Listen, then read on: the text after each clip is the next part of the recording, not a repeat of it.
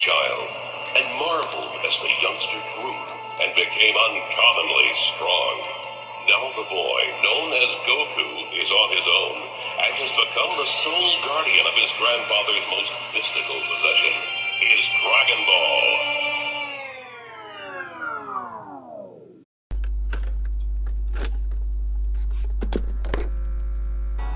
1, 2, 3.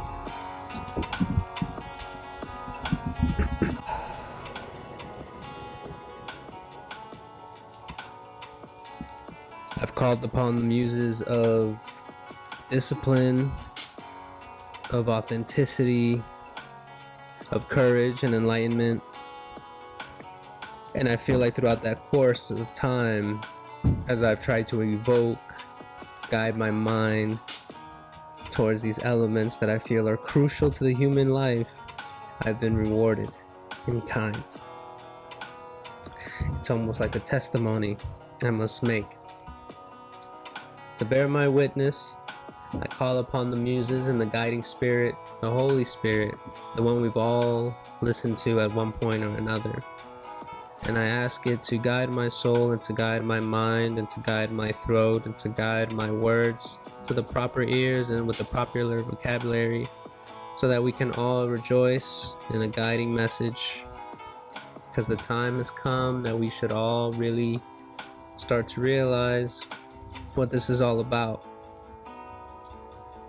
In the time since I've decided that fear was not going to stop me, where comfort was trying to guard me, I would go forward and I would try and pursue a life that would be handcrafted and developed by only me and my own desires, tempered by what I felt was a divine spirit, possibly guided by God. And orthodox religious and secular backgrounds, when you're raised in the United States, you carry both.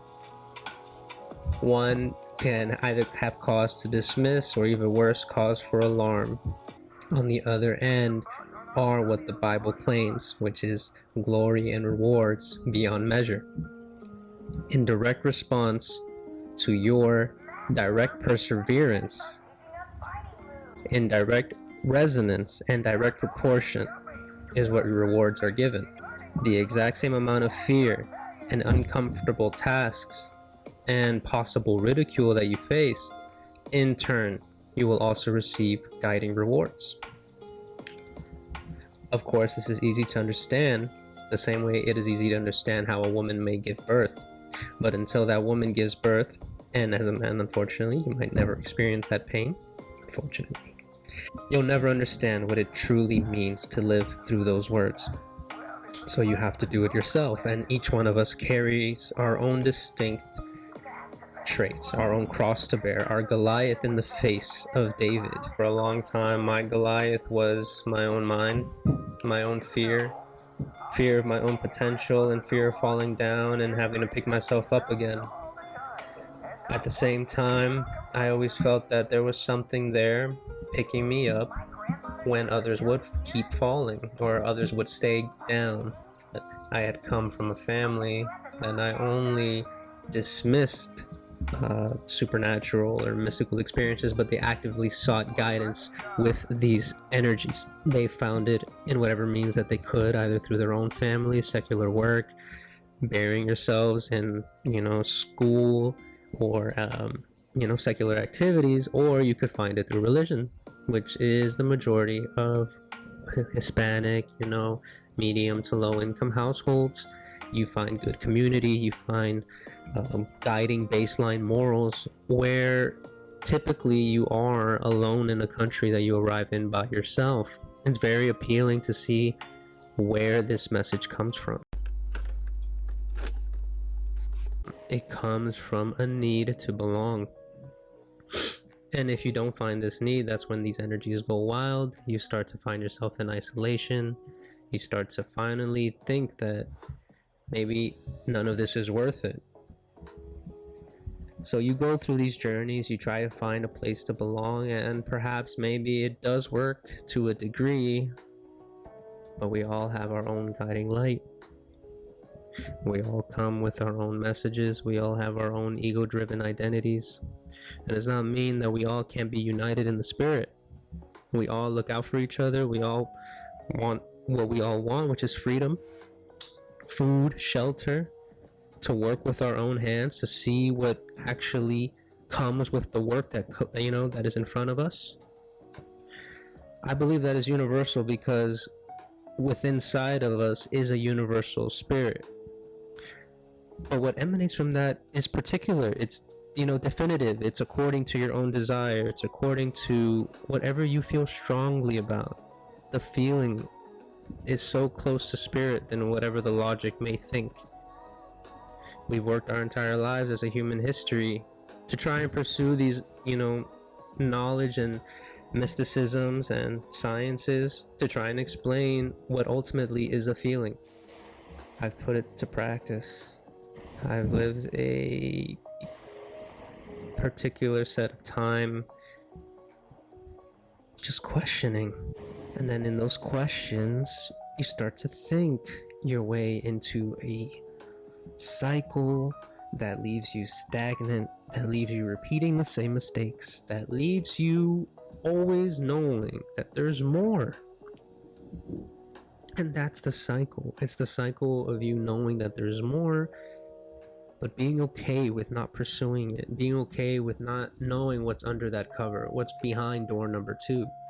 You know what's behind door number 1. Everyone else is doing it. You can do it. You know you can. Their lives aren't terrible. They're not horrible people. But is that who you are? Who are you? You're cuter than I thought. I can see why she likes you. Who? Not too bright, though. I've come to some radical ideas over this past couple of weeks, and I expect to confront new and crazier ideas in the future. You know what that means? It's Latin. Means know thyself. I'm gonna let you in on a little secret. Being the one is just like being in love. No one can tell you you're in love, you just know it. But this is a start, as it always has been, but now we're in the air instead of on the ground.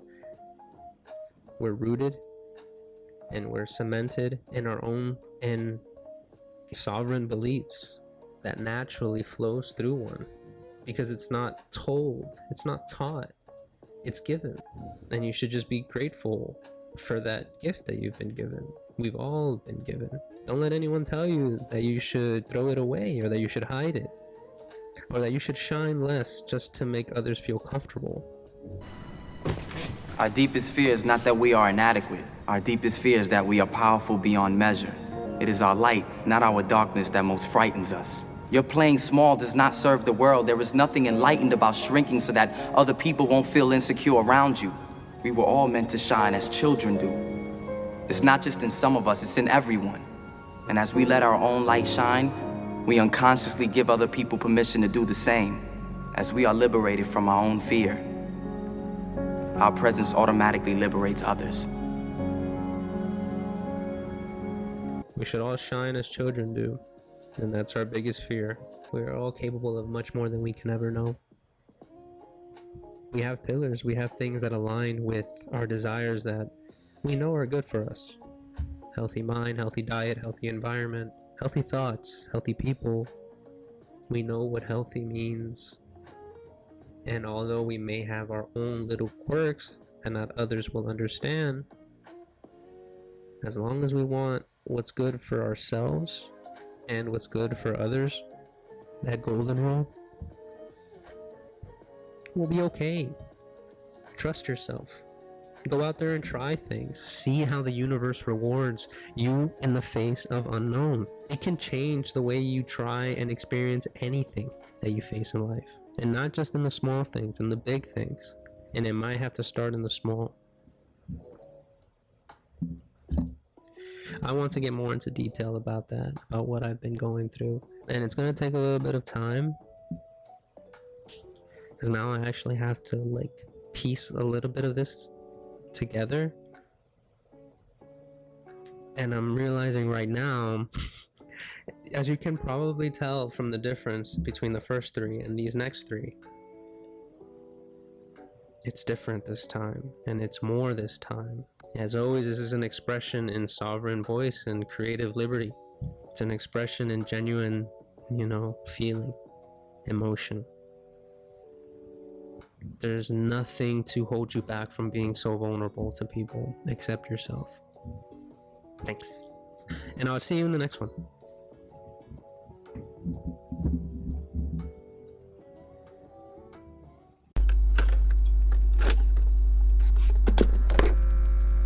One, two, three. Waving, waving, waving. Okay. I'm gonna do this shit in one take.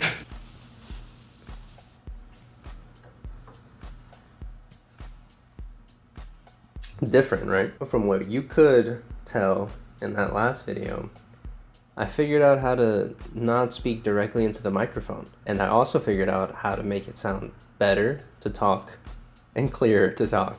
So hopefully, it should work out. I also have a shirt on and I'm standing. So we're continuing on in the process of developing things. The editing style, it comes to me. So I am sticking true to what I said in the first three videos. My process is going to be figuring this out as I'm recording. That's the best part about it. My favorite part about doing all of this, sincerely, is figuring out the video itself, figuring out the video as I'm even recording it. I'm excited right now to just even edit this process, to just get back to the desk. Having projects lined up one by one and trying to record in batches of 3, it didn't work out having to do it all in one day. So I'm just not going to pressure it. I'm not going to force myself to have to make 3 on the same topic or in the same one. Although I do think inherently they're gonna carry some type of connection. I think even these 3, considering Close, this one, and I think maybe another one, it's gonna herald basically the evolution of going from in the dark, in the cocoon, to where we are now. Where I am right now is somewhere that I have never been, emotionally, mentally, and also physically. I'm on my own right now. In my 20 plus years of living, I've never lived on my own. Right now I'm on my own. It's the perfect time to transition into something new, something developing. I have a lot of time on my hands, and I'm also going to be able to put the routines that I've developed over the course of living with my family into practice, and to see how that honestly benefits someone that is just starting off in their life independently on their own. I'm not sure how many people in my age bracket or in my age group are left by themselves. I'm not saying that I was like kicked out or anything. It was almost like a forced push to move and be by myself. The, I guess, logical reasoning of staying with your family, of staying with people that love you and care about you, it's there. You can always, pay cheaper rent or pay no rent at all in certain cases and build up money and logically, build yourself up that way. In my case, it didn't matter. If I didn't feel free, if I didn't feel comfortable in the moment, I needed to get the hell out of there. And it's not to say bad on anything else, it's just who I was. I wanted to be on my own. And every single time I wanted, my logical mind said, but no this, but no that, but wait until this, but wait until that. Until finally it gave up, and it didn't matter about the excuses anymore. The only thing that mattered was doing it. And it's still the only thing that matters. The only thing that matters is continuing to do it, to put aside the time, to put aside the effort, to radically change things up, radically change your life, while also staying who you are. It's the beautiful part of existing that I just so happen to sprout out and explore now. And it's different. I was just telling my mom, who I'm still in contact with and who I love to death, everything is the same, but it feels just a tad bit different. The food tastes a little bit better. The music that I've listened to my whole life, it feels a little bit more enjoyable now. It feels purposeful. The naps that I take, they feel better. And even my first couple of nights that I was struggling a little bit to get used to, being on my own, that real first night, that feeling, it would sink in, and it was in despair. I was in despair, but you tough it out. The 1 or 2 hours that I was able to sleep felt like the most I had ever slept in my entire life. It felt like I woke up from a dream, and that dream was a cage. You are the warden of your own cage. You are the master of your universe. I believe, and this is personal belief, the guardian of your own light. The light that you carry inside. The light that I believe not only we all have a duty to carry out, to foresee, and to imprint onto the world. Where that light comes from, honestly, who knows? It can be anybody's guess, but from what I can tell, it is a result of our environment. Our environment, I feel, has a calling for genuine curiosity and also reciprocity. Not only give, but expect an equal or tantamount response. We are tired of getting exploited. We are tired of not having genuine connections, relationships, even media. The movies that are out here, now we have an explosion of new content from new creators that we've been needed from new and young voices. It's the youth that's going to carry us forward. It's the youth that is going to ultimately decide the way we head into this next generation. I think the response of our environment right now is that it's out of the hands of the old people. And that's honestly because it was dragged, kicking and screaming, scraping their nails on the ground. They were dragged out of control. Don't mess this. Oh no! It's a cultural divide. I'ma get it on the floor. You really about to do it? 40 acres in the mule. This is bigger than the music. You really about to do it? Yeah, they tried to rig the game, but you can't fake influence.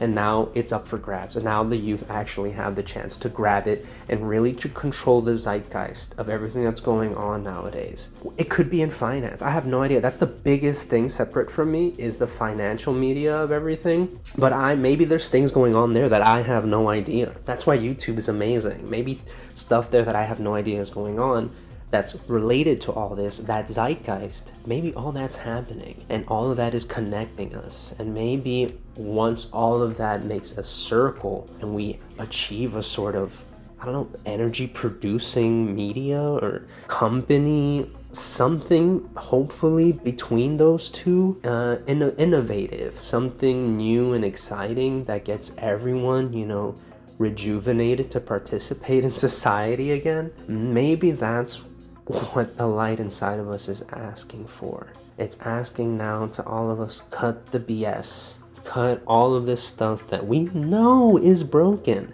We know is corrupt. We know has stayed in stagnation and continues to profit no one except the few. We have to acknowledge where this is going, and it's not going into the best interests of everybody. It's going into the best interests of the few. And are we just going to continue to accept that that's history, that that's just the way the world works, and that maybe if we were to just get out of the way of the people that really drive this world, that really want to make us into seems like a corporation, a one world corporation, where we're all slaves into one profit, not a profit, like profit and increasing in numbers. That's what it seems like it is. There's no more nations, there's no more heritage. There's just number go up and you make it go up. That's terrible, that's hell. I don't know how much of that we're going to be able to just avoid before we're dragged into that system, kicking and screaming. Want to buy a lady a cigarette?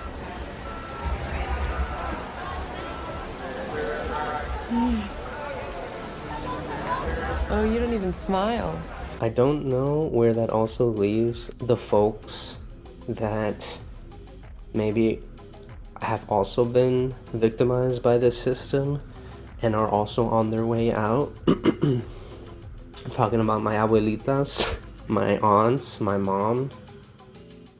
They didn't see the fruits of all that exploitation that was from their baby boomer generation. They were trying to survive in the gutter and in the trenches just like the rest of us. And that's what this system really does. There's advocation for UBI now, which I have been trying to tell people about since I was a freshman in high school with Andrew Yang. And then now it's like this bullcrap technocrat UBI system that the same thing as capitalism just puts them at a higher echelon than the rest of us. Hierarchy. It's never gonna change if we keep seeing it as a hierarchical standard. Maybe I am idealistic. Am I imagining that we can get rid of a hierarchy? And I think that's enough for one side tangent. I think I'll work on my ideas on how to present them a little later, but this is essentially what I've been working on and what I've been trying to generate in my headspace. And when you're working with that, and then you're also looking around and not seeing much of that represented around you, it's tough. But here I am. I really appreciate you for being here. I'm really grateful that I even have one person watching me that's a supporter, and that love and that curiosity and that genuine human expression is what's gonna carry all of us forward, truthfully, to the end. Thank you, and I'll see you in the next one.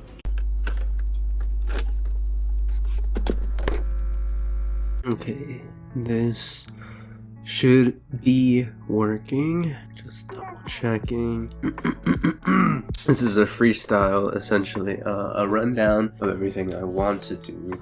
It's not for viewership, I think, to go somewhere, but notes for self.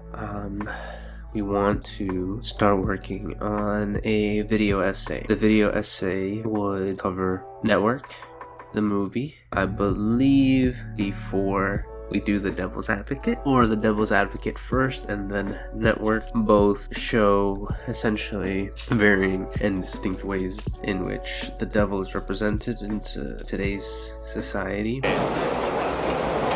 me. What the fuck are you looking at?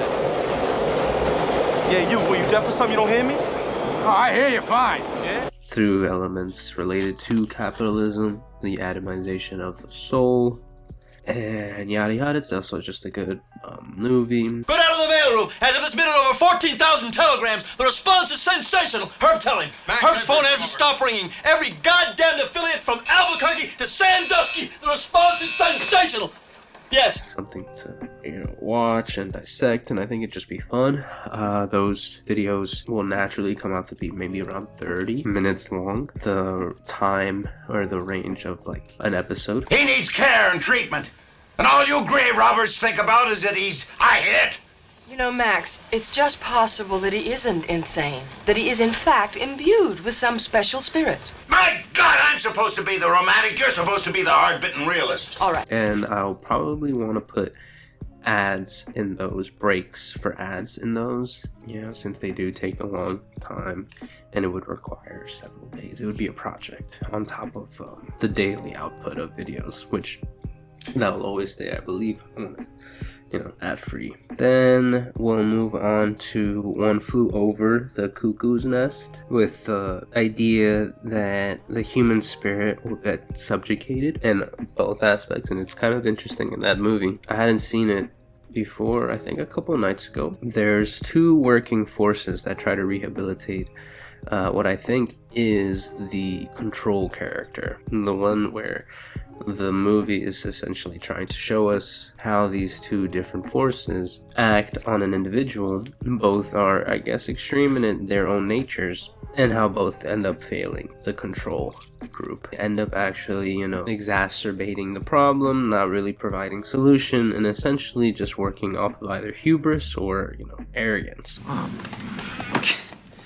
You're just a young kid. What are you doing here? You ought to be out in a convertible, bird dogging chicks and banging beaver. What are you doing here, for Christ's sake? What's funny about that?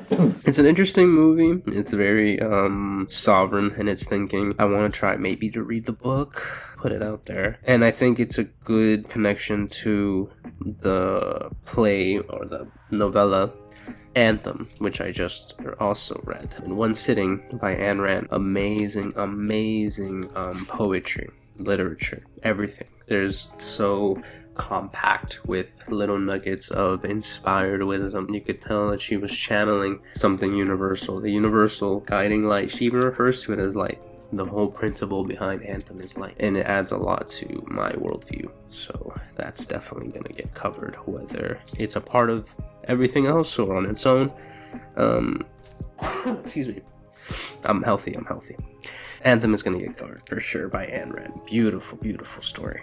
And now today I saw a movie that I hadn't thought about in a long time. Heaven Almighty, with Steve Carell. It honestly had me laughing at a couple times and even teary-eyed, and it could be because I'm just in such a vulnerable spot right now, but it was such a worthwhile watch. It was amazing to me to be able to sit down and actually, just follow through on an instinct, like watching a movie that it's not to, pick it apart to pieces, but it's literally just to have a wholesome watch with yourself, something good for the soul. And I was thinking about doing a run through of that, just for the fun of it, for the lulz, for the meme. Enough already! See, if you had an ark, you'd have a place to put them all. Why are you doing this? Why me? And then if that works out and I have fun doing that, I'll cover Bruce Almighty. It would be a double. It would be a double feature, and I think I'll work on both of those. Either way, but that's the idea. That's the rundown of what I want to get through. Those are projects in addition to today, whatever day is. Excuse me, I'm gonna go blow my nose. Oh my gosh.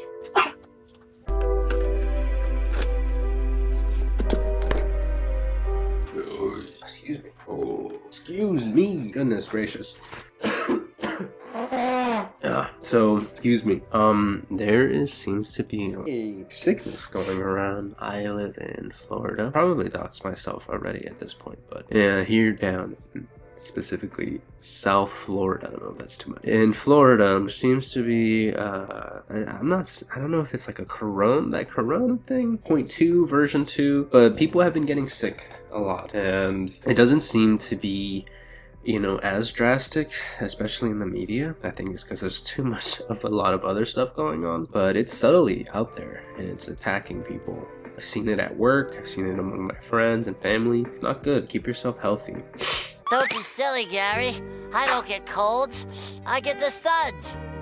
I've always thought that getting sick was also your body's sign. This is probably a little copium. It was your body's sign of telling you that, okay, now we are in a comfortable position enough to relax, lower our defense systems a bit, and because we feel comfortable, we feel safe enough to lower our immune system and let ourselves kind of purge. Well, Mr. Squarepants, it seems you have the suds. Are you ready for your treatment?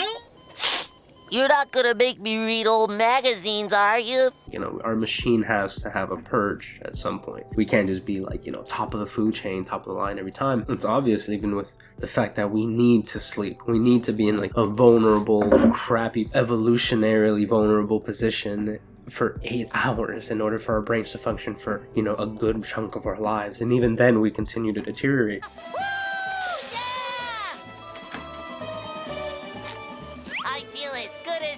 It's obvious that, while we're still alive, maybe our immune system, needs those little bits of just resting periods where it can feel sick, it can have a fever, it can power through and heat up so that way it can, continue to function. Maybe it even gets better. Here's your lollipop. But that helps me because that means that possibly, I'm comfortable enough with my situation that I'm able to at least get the sniffles. I'll get some sniffles. I still have a little bit of trouble sleeping sometimes, but it gets better and better day after day. And that's also why we have our prescription inhalants. Speaking of.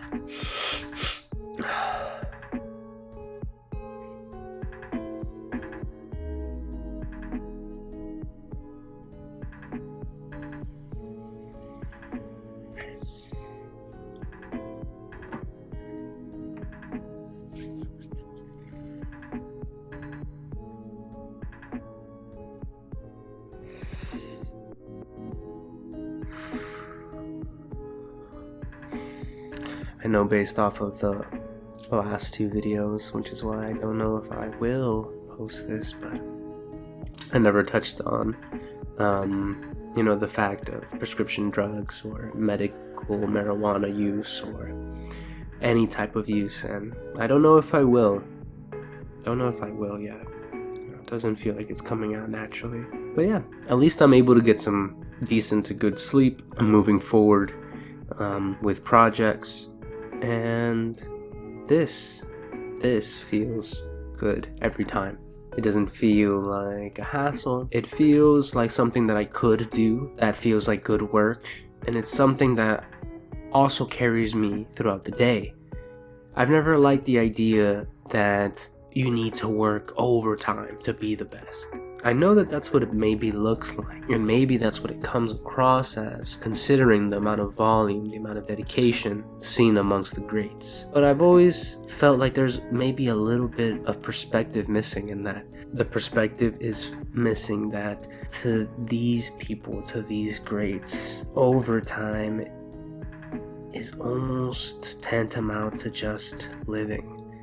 Maybe there's no other way to go about the rest of their day, or a good chunk of their day, or one part of their day. To them, it's not an effort, it's not a sacrifice, it's not even overtime. Time is not a factor. They're just breathing. And there is no contradiction here, in that you help him. No, because you see, I am in love with him selfishly. It is to my own interest to help him if he ever needed it. I would not call that a sacrifice, because I take selfish pleasure in it. And then in their breath, they're constantly moving towards what they want, towards what they perceive to be a desirable goal in their life. If you don't know what that is, but you're just working yourself to death without knowing what that desirable goal is, or without knowing what it feels like to live according to that truth, I think you'll inevitably burn out. And that's what the culture has been. It's people looking at these greats and thinking it has to look exactly like that, even if it's not the same thing that I like, even if I don't want to do exactly what they do. It has to look like that. It has to look like more. And if it doesn't get me where I need to go, it's because I'm wrong. It's not because I'm just not in alignment with that desire. It's not because it's just not really what I want. It's just what I'm being told I want. No, I'm wrong. You can do whatever you set your mind to. If there's something getting in the way, it's usually something that you put there yourself. And there's a good reason why it's there. It's there to teach you something. It's there to teach you a lesson. It's there to maybe also be a good place to show you where your ego stops and where your spirit begins. I think that's the concept of a healthy relationship with yourself, is figuring out those two embodying spirits, or those two embodying forces. You have the spirit and you have the ego, and one has a drive and the other has a force that they both can sometimes come into conflict. A good relationship is able to distinguish between the two, but also be able to align the two together, because they are two forces that they can have like a Venn diagram effect, but also they have opposing magnetisms. And in that alignment is where you're able to finally feel, true, where you're able to feel that intuitive nature that has been common to us since, I believe, we were given this gift of consciousness. We figure out that alignment, and then we're able to figure out how we can get healthier, how we can make ourselves healthier, and others. Between the ego and the spirit, we have a lot of work to get through, to distinguish one from the other, and then to finally bring them together. And that's a good amount of time that I spent talking. So I hope we were able to glean something today. It's a little bit into the evening, so I didn't want it to peer too much into your face. And I think this is also the second recording I've done today, which, again, it's just starting to feel natural. It's starting to feel good and like breathing. So, yep, that'll be it for me today. I hope you have a great rest of your day, rest of your night, and I'll see you in the next one. Peace.